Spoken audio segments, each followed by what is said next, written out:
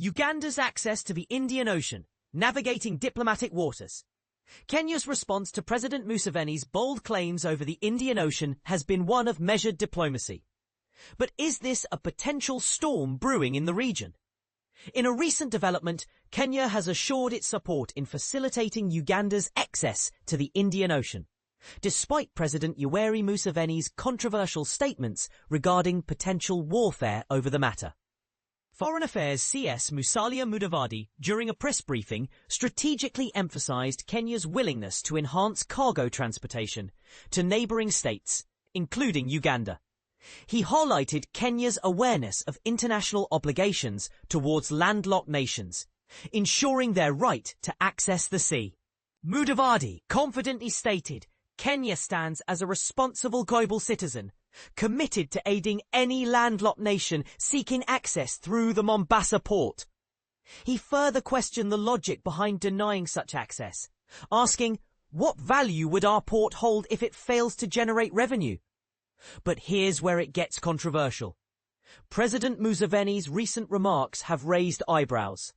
He boldly proclaimed that future wars could erupt over access to the Indian Ocean, asserting, "The ocean belongs to me." This statement has sparked concern, especially among neighboring nations. However, Kenya's foreign affairs officials swiftly navigated this delicate situation, reiterating their dedication to peaceful diplomacy and regional harmony. They clarified that Kenya adheres to international legal frameworks, notably the United Nations Convention on the Law of the Sea, which grants landlocked countries like Uganda the right of access while respecting the sovereignty of transit states. Article 125 of the aforementioned convention specifically ensures landlocked states' right to access the sea for various purposes, including trade and defense. Yet, it also empowers transit states like Kenya to safeguard their interests and sovereignty. Foreign policy expert Gordon Kuchola elaborates. The law provides transit rights and negotiated access, ensuring fair use of ports, customs, and transport routes.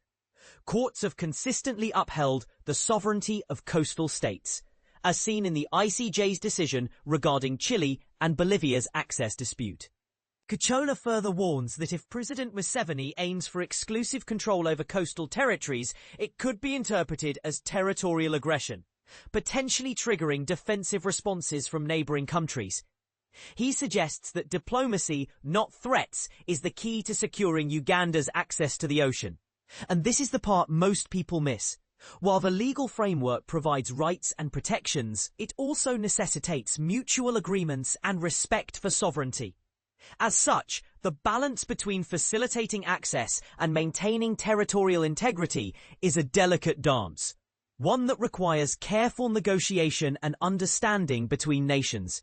So, is Kenya's response a masterclass in diplomacy or a temporary calm before a potential storm? What do you think? Join the conversation and share your insights in the comments.